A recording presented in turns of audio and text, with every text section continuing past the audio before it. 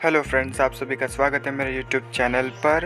आज हम Maharashtra board Hindi medium कक्षा 9वीं का हिंदी कुमार भारती की पहली इकाई का 8वां पाठ हिरणी, जो कि एक पूरक पठन है, उसके स्वाध्याय के प्रश्नोत्तर देखेंगे। तो चलिए प्रश्नोत्तर देखते हैं। स्वाध्याय के प्रश्नोत्तर से पहले आपको कुछ और भी प्रश्न दिए होते हैं, तो पहले उन प्रश्नों को देखते हैं। पहला प्रश्न है मौलिक सृजन। जंगल में रहने वाले पशु प्रकृति की गोद में ही स्वच्छंदता से पलते हैं। इस पर अपने विचार व्यक्त कीजिए।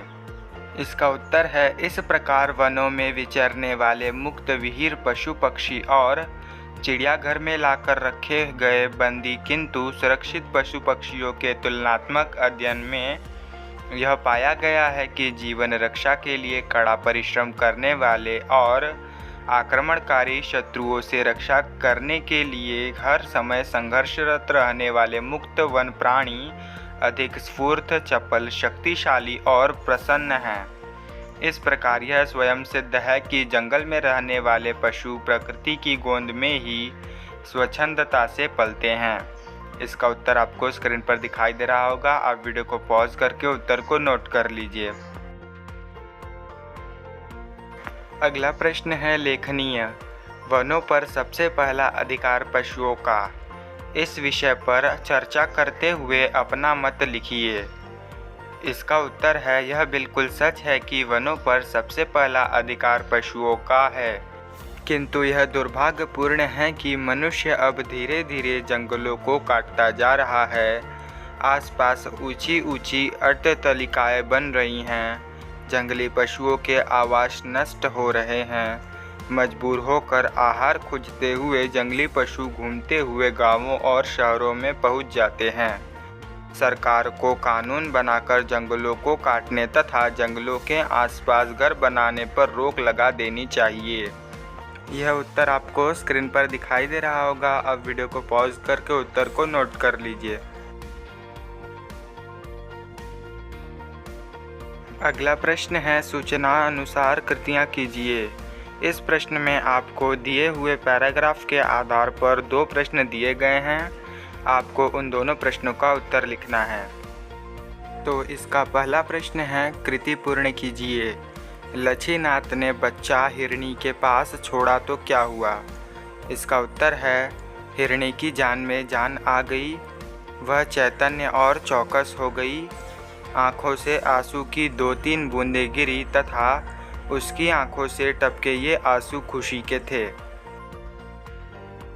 अगला प्रश्न है प्रश्न दूसरा, क्रोध हर जीव में दुबका होता है। इस पर अपना मत लिखिए। इसका उत्तर आपको स्क्रीन पर दिखाई दे रहा होगा। आप वीडियो को पॉज करके उत्तर को नोट कर लीजिए। अगला प्रश्न है पाठ से आगे, जंगल के पशु मानवीय बस्ती की ओर आ रहे हैं। इस पर आपके उपायों की सूची बनाइए। इसका उत्तर है, जंगल के पशु मानव बस्ती की ओर आ रहे हैं क्योंकि मनुष्य जंगली पशुओं के आवास नष्ट कर रहा है। जंगलों के बीचों बीच सड़कें बनाई जा रही हैं। परिणाम स्वरूप पशुओं की निजता तथा शांति भंग हो रही है। सरकार को जंगलों की कटाई पर रोक लगानी चाहिए तथा उस पर सख्ती से अमल भी होना चाहिए। पशुओं के घर नष्ट होने से ही जंगली पशु मानव बस्ती की ओर आ रहे हैं। उपाय, पहला, जंगलों की कटाई पर रोक के लिए कानून तथा दूसरा, कानून पर अमल करना। इसका उत्तर आपको स्क्रीन पर दिखाई दे रहा होगा। आप वीडियो को पॉज करके उत्तर को नोट कर लीजिए।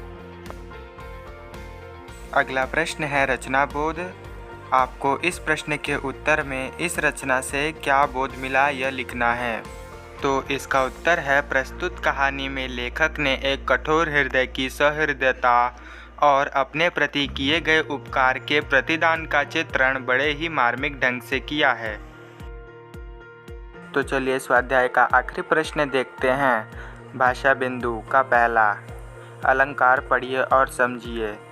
इस प्रश्न में आपको केवल अलंकार को पढ़कर उसे समझना है। तो चलिए इस वीडियो को यहीं एंड करते हैं। अगर आपको ये वीडियो पसंद आया हो तो वीडियो को लाइक कीजिए और चैनल को सब्सक्राइब करके बेल आइकन को ऑन कर लीजिए।